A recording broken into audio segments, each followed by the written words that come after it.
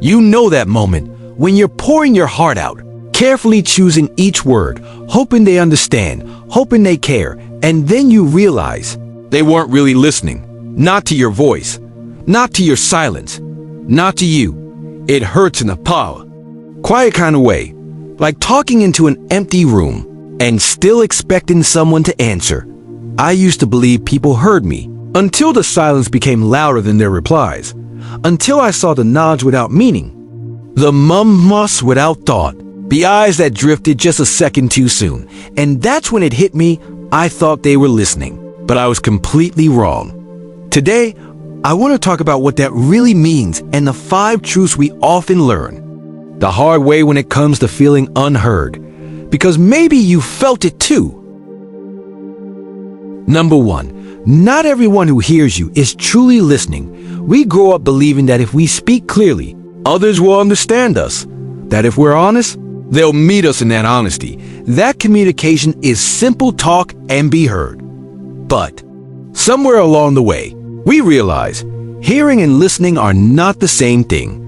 You can sit across from someone who nods, replies, even smiles, and still feel completely alone, because real listening requires presence, not just ears but attention, intention, and care.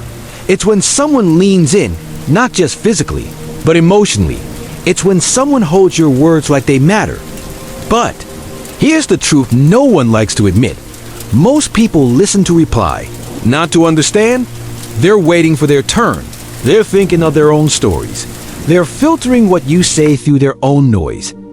And so, we speak, but we're not truly heard. We open up, and we're met with silence in disguise. It's a subtle ache, the kind that builds over time, until you start wondering, why bother saying anything at all? This is how emotional distance grows. Not through shouting or slammed doors, but through thousands of missed chances to truly listen. And once you feel it, once you see it, it changes how you speak. And more painfully, how much you're willing to say. But before you blame others, pause. Because sometimes we do it too. We hear, but we don't listen. We nod, but we don't feel. We rush to respond, instead of sitting in silence with someone's truth. So maybe the first step is to become the listener we've always needed. Number 2, people hear what they're ready to hear, not what you meant. One of the hardest lessons in life is this. You can speak your truth with all the honesty in the world and still be misunderstood, not because you were unclear, not because your heart wasn't in the right place, but because people hear through the filter of their own experiences, their own pain, their own assumptions, and sometimes their own fears. You might say, I'm tired. And they might hear, I don't care about you. You might say, I need space. And they might hear, I'm leaving you. You might share a deep, raw truth, and instead of receiving it, they flinch, deflect, or worse, they shut down. It's heartbreaking, really, to find the courage to be vulnerable, only to realize the person on the other end isn't in a place to receive. We think communication is about speaking, but it's just as much about readiness. Not just your readiness to speak, but their readiness to hear. And the truth is, many people aren't ready. They haven't faced certain parts of themselves. They haven't healed old wounds that distort new words. They aren't listening to you.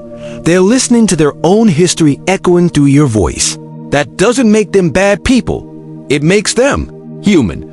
But it also means this: you are not always responsible for how others interpret your truth. It is not your job to twist your words to fit their comfort zone. It is not your job to shrink your truth because someone else isn't ready.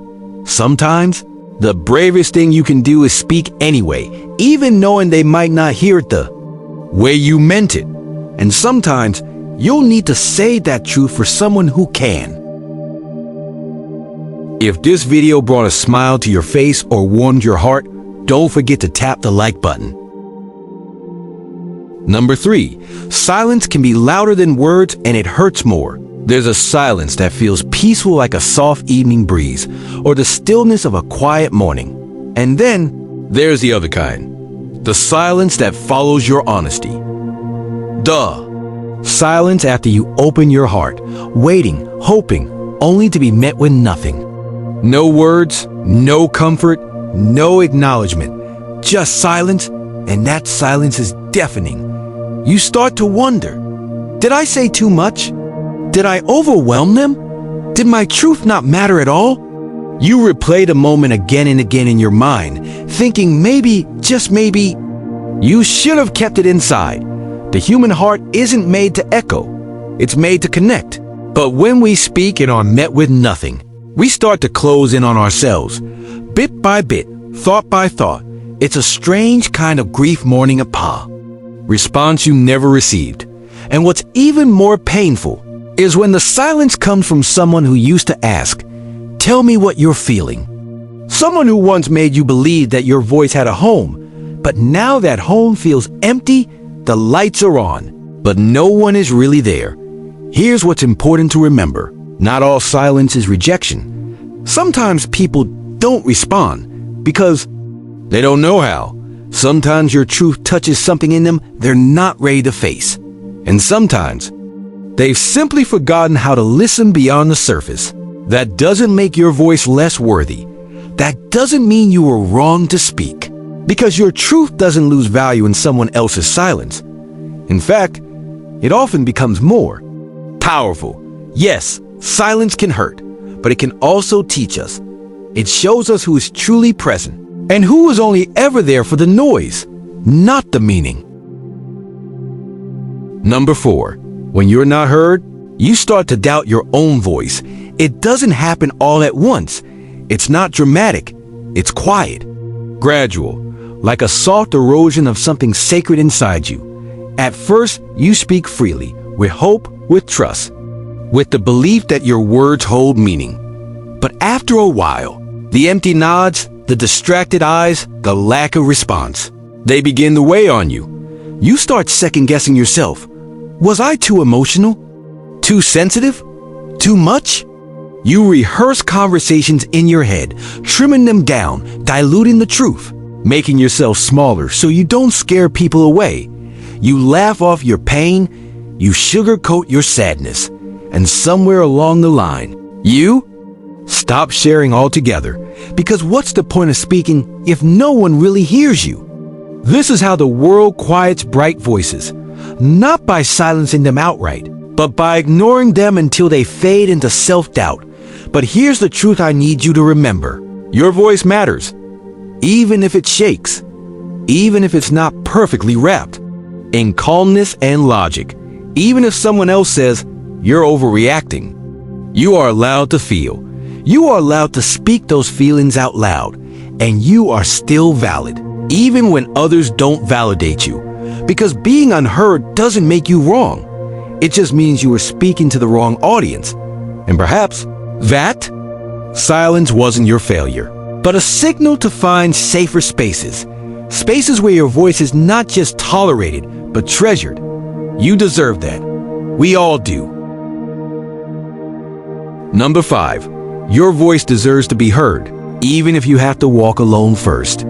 There comes a moment after all the silences, the misunderstandings, the shrinking of yourself, when you finally stop asking, why don't they listen to me?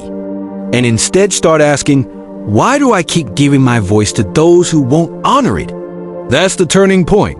That's when healing begins. Because sometimes the problem isn't that you spoke too much, or too deeply, or too honestly. Sometimes the problem is that you trusted your truth with people never learned how to hold it. It's not weakness to want to be heard. It's human, it's brave, and it's beautiful. But real strength is choosing to keep speaking. Even if no one claps, even if no one replies, even if you have to walk alone for a while until you find your people, the ones who lean in, who feel the pause in your breath, who say, I hear you, truly. So let this be a reminder. Your voice is not a burden, it's a bridge. And one day, it will reach someone who's been a chinto hear exactly what only you can say. Until then, Speak for yourself. Speak to heal. Speak because your truth is too precious to stay silent. And if no one else says it today, let me be the one. I'm listening, and I'm proud of you for speaking at all. Maybe you've been there too, in that quiet space between being honest and being heard. And maybe, just maybe, this video made you feel a little less alone, if it did. If something here touched your heart, reminded you of your strength, or simply made you pause and reflect, please take a moment to comment, and share this video. You never know who might need to hear these words today. And if you believe in creating more spaces where honesty is welcome, where voices, especially the quiet ones, are honored, then I warmly invite you to subscribe to this channel. This space was built for people like you, people who feel deeply, people who are learning to speak again.